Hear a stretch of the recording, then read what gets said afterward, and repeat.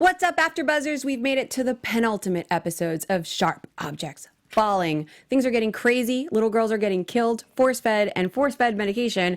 But the real swoop of the night is we actually have Location Manager Dodd Vickers joining us for a Q&A. Stay tuned. You're tuned in to AfterBuzz TV, the ESPN of TV talk. Now, let the buzz begin. Such a relaxing song for such a stressful cliffhanger. Well, we've got a special guest here in Skype with us tonight. We've got Dodd Vickers, who was the location manager, aka the man responsible for all the incredible scenery that we've seen. Right, Heather? Yes. Hi, everyone. I'm Heather Geisler. Thanks for joining us. And we're so excited to have Dodd on the line. Say hi, Dodd. Well, hello, everybody. I hope you enjoyed the show. Oh, I think everyone really, really enjoys the show. We have a lot of live chatters excited to hear what little secrets you have for us. Yeah, so to kick it off, could you explain what location managing on film and TV sets are so people know what that is in case they don't? Sure. So typically what happens is I'll get a call from a production company. In this case, I got a call in December of 2016 asking if I was available to start scouting for locations in Georgia. And I was. So I got the scripts, read the scripts, reread the book, and had a couple of conference calls with the creative team, the art director, production designer, and Jean-Marc to get a feel for what they were looking for and hit the road trying to find locations for them. Once we've located things, then we send them pictures. They respond to them. They plan a trip to Atlanta or to wherever these locations are going to be. And then we take them on a tour and they start making choices. Once they've made the choices, we're left with the responsibility of dealing with the homeowners or business owners and getting the contracts and handling all the logistics for the show. And then we're on site to manage it with my team throughout the production to make sure things go well. And in this case, there was a location manager that supervised from California that did all the California locations, and I did all the locations here in Georgia. Oh, I didn't realize there were California locations. Oh, yeah. What were some of those? The big house, Adora's house is in California. Whoa. Oh, what? We thought that was here. Or, well, not here, but take it back. I thought that was in Georgia. Yeah, and then it's funny, too, because I even got confused a couple of times with the editing. We'll see them pull into town and then walk inside of a store, and then we realize they're back in California. So we see them drive into town, they go inside, and they're somewhere in California. Now, That's how did really you cool. find this town, aka that has now become Wind Gap? How did that come about? We pretty much looked at every single small town in Georgia. Obviously, one of the big locations as well that had to be tied to was a farm. And we were looking at farms, and then we would look at the towns near them. Probably scouted 20 or 25 small towns all across Georgia. And then I started work on another show. They were still making their minds, and my wife got hired as a location scout for the show.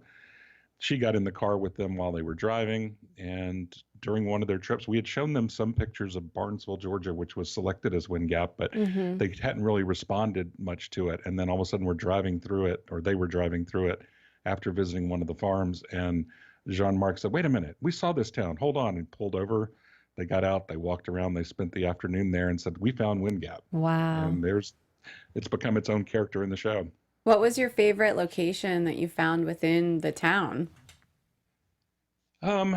It's interesting because I think Sensors really looks great. I mean, it looks like the kind of sleazy bar you wouldn't want to hang out in, but it's only the exterior that's located here. That piece was actually built on stage in California.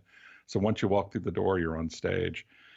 The woods and you may not remember, there's a pond in the first episode where she's swimming. We referred to it as the swimming hole. Oh, okay. And that was really a difficult find because they had a real requirement for trees right up to the edge of the water for the kids that are running by with their hunting rifles and stuff and stop and point a gun at her and then run off. And we had to essentially build that in somebody's old abandoned duck pond. Finding the old abandoned duck pond to give you something to work with was probably one of the most difficult thing. And that was just a networking effort on behalf of the scouts who just talked to everybody in town about what might be out there. So was that finding the woods and things like that where we could build the shed and whatnot. Those are the really challenging things. It's easy to find houses to look at, but when you really are sent out to find something unusual like a duck pond or a swimming hole, you really have to put your thinking cap on and go knock on doors. So how did the town react to you guys filming in their city? I think they were kind of incredulous at first. They're like, really? Okay. And they really embraced it. The town was great. They really didn't know what to expect. You do your best to prepare them for the circus to land because it is like a circus coming to town when you see all of our trucks rolling in and the crew pushing carts down the street and all the murals being painted and whatnot. It really is, the transformation of the town was pretty incredible. Were there a lot of spectators then? Oh, yes. I mean, the restaurant stayed busy with people coming into town so they could sit inside and watch us work outside. And we had a challenge there to deal with parking, making sure we could keep the streets look relatively empty and yet give them places to park so they could, be part of it and also patronize the local businesses. But a lot of excitement in town. Did you guys use the locals as background? We did. Yeah, there's actually casting awesome. memos were up in the windows of most of the businesses That's really saying, hey, we're cool. going to be shooting. If you're interested, come visit. Here's who you call. And there were quite a number of locals. Talk that about were as cast PG. authentic as can be. Yeah. Yeah, no, it was great. I mean, everybody got involved. It was really, team effort. I mean, the town of Barnesville, hats off to them. We could not have done it without their 100% participation in this, and they were fantastic. Now, Dodd, how did this production in particular come into your knowing, I guess? I had worked with some other folks. I obviously work with a lot of people, over the number of years I've been doing this. I've worked with a lot of people, and a lot of word of mouth gets out about who's available, who's in town, if you're going to Georgia, who to call for the kind of thing you're looking for. And I'd worked with another gentleman in California that I did a movie with called Blended with Drew Barrymore and Adam Sandler several years ago. And he actually knew the California manager on the show. And he said, oh, if you're going to Georgia, you should call Dodd. And I got that phone call in December of 2016 and hit the road scouting for locations and for Victorian houses. And now we have Wind Gap. Yeah, that's awesome. Yeah. There's a picture that you sent in of it looks like an article in the newspaper. Let's see. Yeah, there were a couple. So you mentioned that they had an Amy Adams Day. They did. They had a day for Amy. The mayor showed up with a key to the city and a proclamation that he read, and the newspaper was there and got pictures. I think you have a picture of Amy receiving it. Oh yeah, We do. Another day, John Mark was honored. So they were really super happy to have everyone in town, and I get calls from them all the time saying, "I hope you're coming back for a season 2. Is there a season 2?" Because this is the same team that did Big Little Lies, right? Yeah. So everybody's like, that was never intended to be a multi-season show, and now they're filming season 2 currently. Right. And I said, this one's never intended to be a 2-season show, but you never know what'll happen. Hopefully we get that second season. I don't know. Somebody's got to change Amy's mind. She said Camille was a bit too dark for her to live in. I've heard both. I've heard her say both, that she'd like to revisit it, and then other times say, no, I don't think I'd want to do that one again. She needs a little break. Maybe in like a year, right? It'll be like a year hiatus, and then we might see another one. It's been over a year now. This is we finished filming right as this show aired. Episode 1 was almost a 1-year anniversary of us wrapping filming in Georgia. Oh wow! How cool. Yeah. Very cool. What are you working on next? Any shows that we might know of, or big movies that people might be aware of, or is it all hush hush for any no, big? we're working on a show for Facebook Watch right now. They're cool. breaking into production with several things going on, and I'm doing Queen America with Catherine Zeta-Jones currently. Wow. Very awesome. Busy man. Busy. Yeah. Also in Georgia for Queen America with Catherine Zeta-Jones. Yeah, I haven't been out of Georgia too much. There's so much work here. I did go to St. Louis for a week and a half to do some of the filming for the first episode where she's leaving town. So a lot of the driving work and things we did go back to St. Louis for. And then I did a movie in Alabama that hasn't come out yet. But most of the time I'm here in Georgia. This is where the work is. That's awesome. Well, thank you so much for your time with us today, Dodd. I'm excited to share all these photos too. You also sent over a really cool photo before we wrap of the mural that was built for people watching on YouTube. And if you're listening on the podcast, it is a painting of the full wind gap, kind of like welcome to the town mural. And you said that that was your wife who also assisted in location finding, right? Yeah, that's right. She was the one that helped find the town of Barnesville, and that was us there in Wind Gap. They kept that mural. I mean, they kept that and the cherry mural. One of the murals they put up was paper and temporary, but the others they left behind. They're very aged in the show as you see them now, but they went back and pressure washed them and took the water-based paint off that they had put on and restored them back to their freshness that you see. You see them both ways in the first episode, but they did leave that one especially, even though it does say Wind Gap, Missouri, and not Barnesville, Georgia, so that they would have a little selfie spot for people that visit the town. That is and I a do really encourage cool everybody to souvenir. make a trip. If you're in Georgia, Barnesville's a lovely town. They've got some great restaurants, fantastic antiquing, and super nice people, and a lot of things for you to see if you love the show. Well, if we're giving travel tips, what was your favorite restaurant in Gainesville? Barnesville.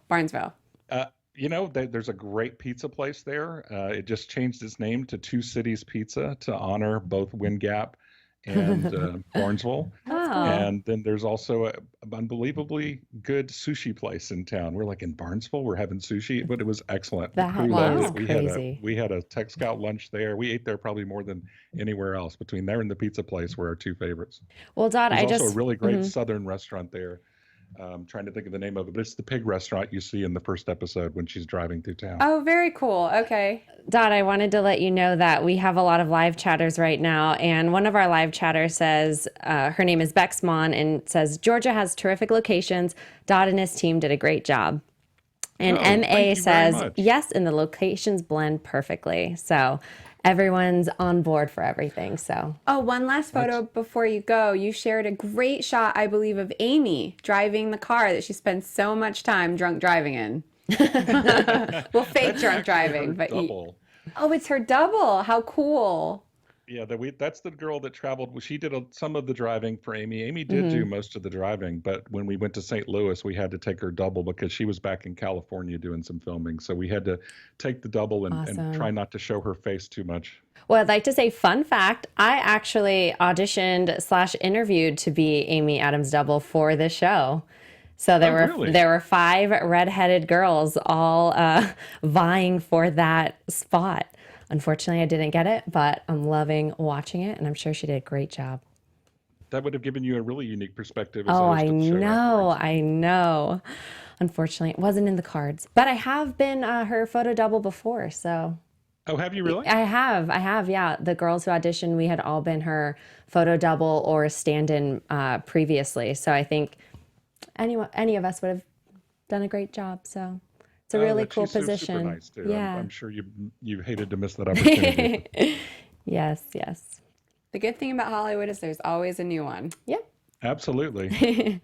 Well, thank you so much for joining us. I'll let you get back to your busy schedule, Dodd. It was awesome having you on the show. Thank you so much. Yes, thank you so Well, much, it's been Dodd. It my was a pleasure, pleasure and talking. If I can, I'll just want to give a shout out to my team. They Please. could not have done it with all of the guys, Gonzo, Mila, Taylor. There were just so many of them. We had a great team, Austin. We needed everybody we had because it was a long, hot summer in Barnesville, Georgia, but we had a great time, and we're all so proud of this show. So I'm glad the fans are enjoying it so much as well. I'm getting to watch it with fresh eyes along with you, and I'm really enjoying it. They've done an amazing job. Cool. Thank you so much. And congratulations to you and your team. All your hard work paid off. It is incredible. Thank you, guys. Y'all have a great night, and thanks for inviting me to join you for a little while. You You too. too. Have a great night. Bye, All Dodd. right, y'all take care. Bye-bye. Thank you. Well, that was really cool. He was so great. We got a lot of insight there. Well, now we know. Yes. Amy's double drove back to Missouri. It could have been me, guys. It could have been me. It could have been you. But that was cool. It's cool that they kept the murals. So if you go love that. down to this little town, you can have a great day with sushi and take a photo with one of the Wind Gap murals. Yeah. I'm excited. Let's dive into this episode, huh? Oh, yeah. So what were your initial thoughts? Because I know everybody is salivating to talk Yes. about the wildness that took place. I felt tonight. like there were some big shining stars in this episode. I loved watching Jackie. And then, of course, the scene with John Keane and Amy, that was really shocking audible gasp there. I thought this was a great episode, so I loved it. All right, well, let's kick it off with Detective Willis. So Richard has been doing a lot of digging. It has been a hot topic of conversation. Some people are like pro digging into Camille's past. Some people are con. I'm not really into it. But now I'm kind of into it because he's starting to find out that the real problem isn't anybody being sick, but Adora herself having issues. What were your thoughts? Yeah. So obviously we saw Detective Willis talking to the nurse who was fired for like finding out essentially that it was Munchausen by proxy. And then finally we realize, wow, Adora's actually been poisoning her children because she wants to take care of them. And it's interesting that she didn't feel maybe like she was motherly enough or had like she needed to care for sick children in order to feel needed. I almost feel as if she can't let her children grow up. Like what Emma says to her later on. It's very poignant. Right. And that also ties into what she said to Camille about why she couldn't love her entire childhood because Camille wouldn't let her medicate her like that. Right. Yeah. I felt like finally Detective Willis, I mean, he had been cracking, like he was getting down to the bottom of everything. So it was nice to finally see like he was rewarded this episode because even though he strayed from the case, he was really wanting to just get down to the bottom of Nobody's really been talking Camille. about this case. We've just been talking about what's going on at that big house. Yeah, that's very true. But you know what shocked me the most? When he was speaking with the nurse and the nurse said to him, I have friends at the hospital still if you want to know about the other girl, thinking that she meant Camille. How did you react when you found out that it was Emma? I was shocked because at first when we're watching it, I didn't understand who they were talking about. And then it was very surprising to find out that Emma had been sick so many times and had a feeding tube. To go that extreme. I just got chills. Yeah, it makes sense that Emma kind of runs wild when she's not feeling sick. It's almost like she has so many problems with drugs and alcohol because she's been medicating her since you're that young. You're addicted already to the medication. Right. So, it really makes sense the way that she acts out. And what she said last episode, too, going into what he was researching when she sat there and she said to Camille, I can't remember the last time I felt this happy. Yeah. Because her mother makes her miserable. Yeah. Yeah, and she's probably not always in a healthy mental state, if ever. Those medical papers that he discovered, how do you think they're going to come into play now that Detective has them in his hands? Like, what did you think of that? I feel like everything is going to come to a close in the next episode, but will it? I'm almost kind of expecting them to leave us on a bit of a cliffhanger. I guess that's true. That could happen. I feel like this family has become more important to get down to the bottom of everything and put everything straight because it's the whole case of all the girls being murdered has it's transcended that and it's going into other girls who are being hurt. One of the quotes that I thought was interesting in this episode was from Camille, who said, I never let her fix me or something like that. I wrote it down. I'll have to find it. And that was shortly before poor Richard comes back into that mess. But solve them. She said, I never let her solve me and maybe I should have. But all that ties into the medical records because in a way, the show tonight, when Detective Willis was going through, we saw now what Marion's medical records are, and we've seen now what Emma's medical records are. But what are Camille's? Did her mother truly not medicate her at all? I wonder if part of why she cuts herself also has to do with being medicated because of the conversation that she had with Jackie. Those medical records have left me with so many more questions than answers. Yeah, definitely. And talking about questions and answers. Yes. All of you AfterBuzzers, our network produces after shows for nearly all of your favorite TV shows. We have drama, reality TV, sci-fi, so many more. There's really no other network that is working harder for you. But we really need your help. We're asking that you please subscribe to one or more of our channels. And by doing so, YouTube will suggest content that's tailor-made for you, and you'll help AfterBuzz continue to grow. And if you're worried about notifications, you don't have to be, because they're optional. So please hit that subscribe button for this channel and check out our other AfterBuzz YouTube channels as well. Let us know that you did so, and we will thank you on air. And for now, thanks for being the best fans and for helping us be the ESPN of TV talk. We actually have some subscribers from last week as well. That's awesome. And I'll give a couple of those shout outs. Nikki Bassett on YouTube said, "Love you guys. This is by far the best after show review of Sharp Objects I've seen. I love this show so much. The acting is A+. Subscribed." Smiley face. Thank you so much, Nikki. And same with Firewalker. "I subscribed, really love the show, and this and many other AfterBuzz shows. I personally think it's Emma after this episode. I also thought it was Jackie for half a second, but that doesn't really seem like her to me." So thank you guys so much for joining us on our YouTube show and listening and subscribing. We really appreciate you guys. No, we appreciate you guys so much. We love chatting with you throughout the week. So please continue to like, subscribe, share, tell your friends, you know, all that good stuff. Yeah, all the good stuff. Give us all the love and we give it back.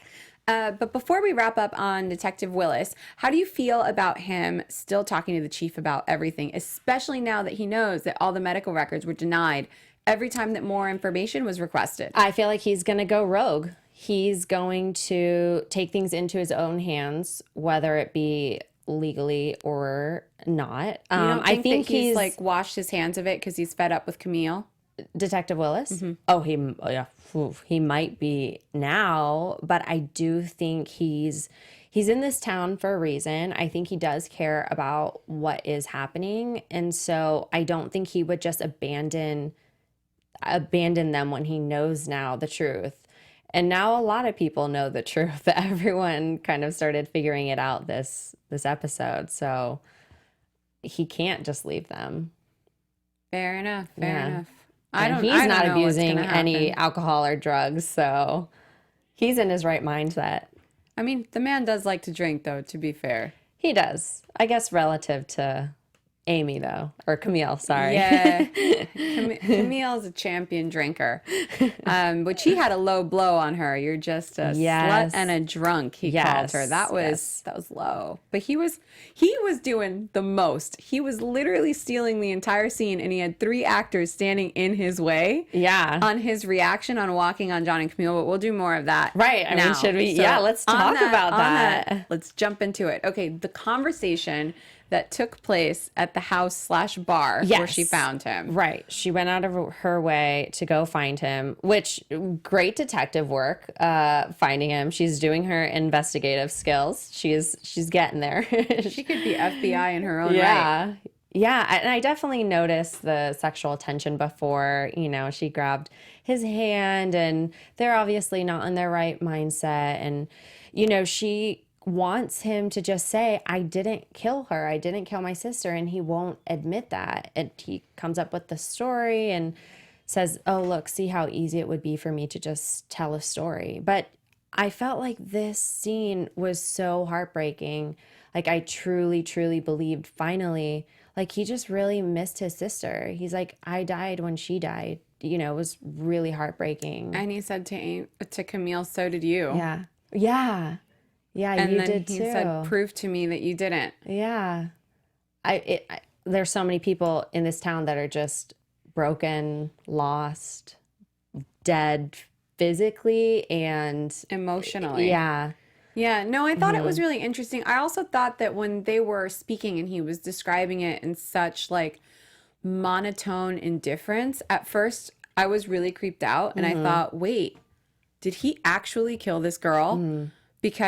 Or these girls, I should say, or did he kill one of them? All these things started going through my mind because the way he was so detached in describing it freaked me out. I almost felt as if, you ever see that show Mindhunter? When they talk to the serial killers, it's on Netflix if you haven't seen it. It's a good show.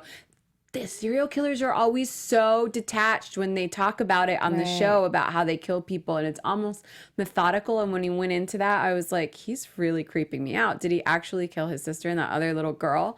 But then he started getting too upset about it. Yeah. And I thought, no, he's just blaming himself because he sees how it's all being lined up. Yeah, for me, it was just like he gave up. You know, he's like, I don't care if they take me.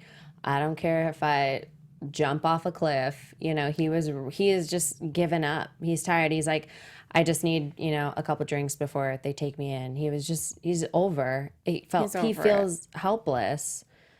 Yeah. Well, because he feels dead inside, which is what he was telling Camille. But then how do you explain the blood? He was obviously framed, but who do you think framed him? Because this goes into their conversation. He doesn't even mention who he thinks has it in for him. See, I don't know if anybody framed him because I mean, they put his sister's blood by his bed. Right. Okay. So that I don't understand. I don't think we got answers to that, why that was there. And also, I thought the girlfriend cleaned it up. So I was really confused as to how they even knew that was there. Because well, based on all my crime knowledge from all the crime shows I watch, I think even after you clean it up, there's probably still going to be some remnants of blood there. Like Wind Gap, I'm not expecting them to have the best people showing up to do the research when it's just a little town outpost. Yeah. But what I was going to say is he said, you know, it's always the family. I think Chief Vickery might have said that. It's always the family. Maybe Detective Willis said that. Not sure. Well, but Willis anyways, said it in this episode. Right. Okay. So I think after he was on his rage rampage from catching Amy in bed with John. So I think that's why it's possible that it wasn't like a setup or anything. It was just he's the brother. People always thought and assumed it was him, and it's just coming to a head now. But they did plant, or Chief Vickery said that he got, you know, the witness in order to get the search warrant. So in that sense, that was forced for sure.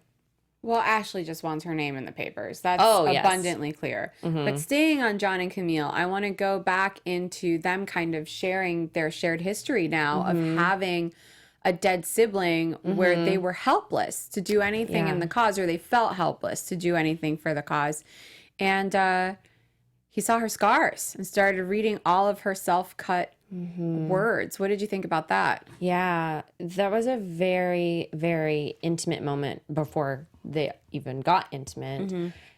There was only a slight hesitation on her end. You know, I think she almost was ready to just share that part of her, and with somebody who was also broken and who could relate to her tragedies in her life. And that was it was so intimate, and honestly I felt like it was a very beautiful scene as well, to see them both be very vulnerable. The dialogue really caught me because I think what Amy has what Camille has wanted her whole life is to be seen. And he kept saying, I see you, I saw this. I see over and over different variations of I see you. Yeah. Because at home with her mother, she was invisible. Everything was about Marion. Yeah. Coming back, she's still this unwanted child. And the only time people see her is how they want. They never see her. And all of the self-cutting, the words that she's been putting into herself are things that she hates.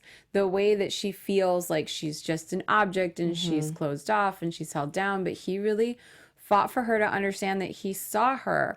So I almost wonder if the sex was cathartic more for her than it even was for him. Yeah, that was definitely beautiful when he was saying those things and just reading it. And to me, we couldn't really see, but he kind of like broke down, and I thought he was kind of like crying in her lap a little bit before they jumped into everything. Before I went down on her? Yes, exactly. That's what happened? But yeah, I think it was because they were so close in that moment. Yeah. Like it's so intimate.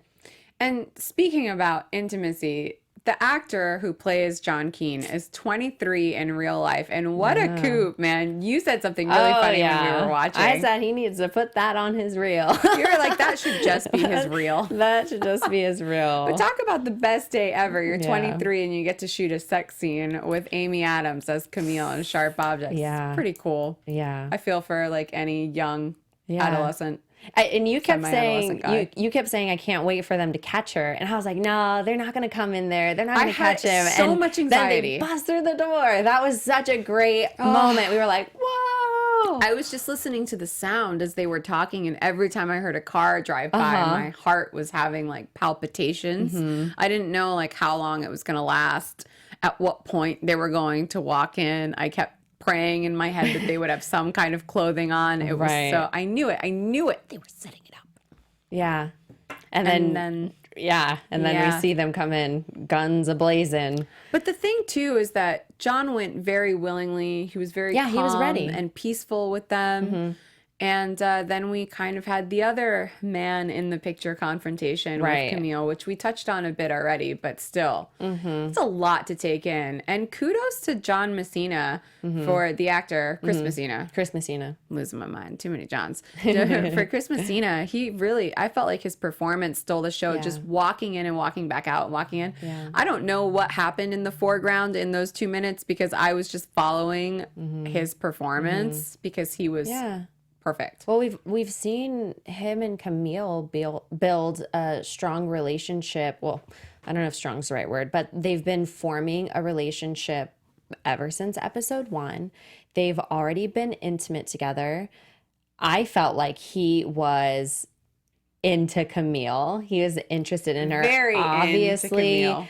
And he's been spending all of his time researching her family. And then to see her jump into bed with a young man who's being arrested for the murders of little girls, that's a lot to handle. And he let it be known too. I mean, when they sat down afterwards and he's like, well, like, how are we going to deal with this? Or, you know. Camille was like, never get out. Yeah. Like, ugh. That was one conversation she didn't had, which led to a conversation with Jackie, our favorite character, who really opened her eyes to what she's been denying herself. And then that leads us into our final topic of Emma and the woman of the hour, man, Adora. She's been poisoning her own children. Yeah, I know you've mentioned before that you had felt like it was Adora, you know, who was doing these things to the children just with how close she is and stuff. When Camille and John were talking and he said that his sister's nails had been painted and she never in a million years would have painted her nails, the only thing I could think of was that was Adora. Yeah. 100%. If you guys missed that detail, go back, watch it again. After they have their, session and Amy's in bed with John Keane, he says that to her and then she jumped out of bed and I thought she had an epiphany about Adora, but actually she heard the cops coming. Yeah. So that's just kind of another like doll-like action almost. Adora uses these little girls as her dolls and her playthings. In the beginning of the episode, she had undressed Camille and put her in the white gown. Emma was in a white gown this entire time. There was a lot of the dollhouse being shown. Adora's keeping Emma in bed and feeding her feeding her own concoction. A cocktail of what? Well, she throws it up, so it's obviously poisoning her body. I just can't imagine a mother doing that to her children. And this isn't the first time, obviously. Well, speaking of Adora and the white dresses, undressing Camille into the white dress and having Emma in the same thing, I actually was on the Facebook official group for Sharp Objects, and someone, forgive me, I forget who, but if you know, please tell me, they screenshot last week's episode when Emma and Camille were running up the stairs, the painting at the top of the stairs when it shines down and we see Marion's ghost at the bottom, the painting at the top has a woman in a white dress. Yeah. In the woods. Oh my gosh. And I feel like all of this has a connection to her poisoning people. And I wonder if her mother did it. And this is like a sickness that's been passed down. Yeah. Well, there's definitely mental illness in this family. That's for sure. Yeah, a lot of it. But Munchausen by proxy, I'd never heard of that until this episode. I looked it up a bit. It's pretty scary, especially because it is common with mothers who think that something's constantly wrong with their children, and it's this need to have them be sick so that they feel needed. Because otherwise they feel that they can't love their children because they're not needed in some way. Which Well, Adora, when Emma was like, I just had a few beers, I'm not really sick. And then she's like, well, you can go do your own laundry then. You can cook for yourself, you know what? And you don't need this dollhouse anymore, and starts taking apart the dollhouse. You know, it's interesting because then she starts acting like the child, you know, when she's not needed anymore. I actually thought that was really complex emotional abuse because she knew exactly how to manipulate Emma into making her feel unworthy of affection, so that Emma played into her hands of being like, no, mama, I do need you. Because when you're constantly told that you're sick, that you're not strong enough, you're sick, you're not strong enough, you start to believe that. Yeah. And then she gives her mother the second phone, which Camille mistakenly told her about. Right, exactly. And then she ends up finding the dead girl's files in Camille's room. Yeah. Which I thought she had walked into her mother's room, and I got really excited because I thought we were going to have a big revelation on the case. No. Yeah, but still, it's just interesting though, because it's like, is she next?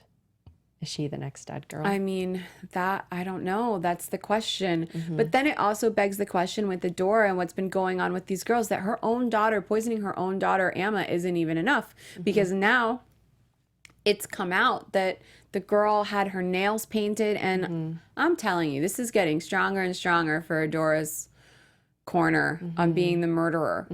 But part of me wouldn't even be surprised if it was Emma taking out her rage on everything that Adora has done to her. But then there's a part of me that's like, maybe she hasn't. She just knows about it. What do you think? Yeah, well, actually, I thought it was interesting in the live chat. Beck says, is Alan responsible in some way by not doing anything? What do you all think? And that was something he's worthless. That was something that I was thinking about as well, because we see him dancing with Emma, and it kind of does a few little flashbacks, and I'm like, he knows exactly what's going on in this house. Does he? I feel like maybe or he's turning a blind eye, but he knows that it's not normal. I know that he's not stupid enough to just think that everything's okay, because we saw a little bit of his rage before in actual personality and him standing up for himself. So I know that there's a light on inside of his head. Maybe. I mean, he didn't really say, I mean, the way he stood up for himself, good for him, but it was also so creepy. And then the ending of that episode was never really explained, you know, when he comes in and just like hovers over Adora's bed. Remember, I believe it was episode 4, 5. He comes in at the very end almost. I couldn't tell if it was a memory or if it was currently happening. And yeah, I don't know. But then because the shed was found so close to the house, that's when I still thought he was the killer. And then when it was found so close to the house, I thought, no way. But now with everything with Adora and him not doing anything, it goes back to, does he have that much rage? He saw Adora making the cocktail in the kitchen, and she goes, just go put on some music, honey, you know. Just Mother relax, knows best. Just relax, you know. And he does. I almost feel like the name of this episode could have been Mother Knows Best. Yeah. Imagine that carved into your skin. It might be. Mother we might have knows not best. seen all the words yet. Yeah. Well, on that, we've got a lot of predictions coming up, but first we're going to take it away with Heather and news. Yes. All right, guys. So Amy Adams did a Q&A with TV Insider, and she was asked quite a bit of good questions. She was asked, is this the most damaged character you've played? And Amy Adams says she's very different. A lot of my characters have had complex internal lives, but Camille definitely has the most outwardly visible demons, obviously by the scars. She's trying to conquer them, and she's not intending to hurt people, but she becomes a tornado. Then another question, the truth about Camille's history with her mother Adora is coming to light at last. Where will the finale leave us? She says, walking away from the last scene, I remember feeling so devastated by the reality of Camille's life. As much as I don't want to say, I hope the audience is devastated also. I hope they are. Which I felt like that was really interesting to say. Amy, now when I need to call her Amy, call her Camille.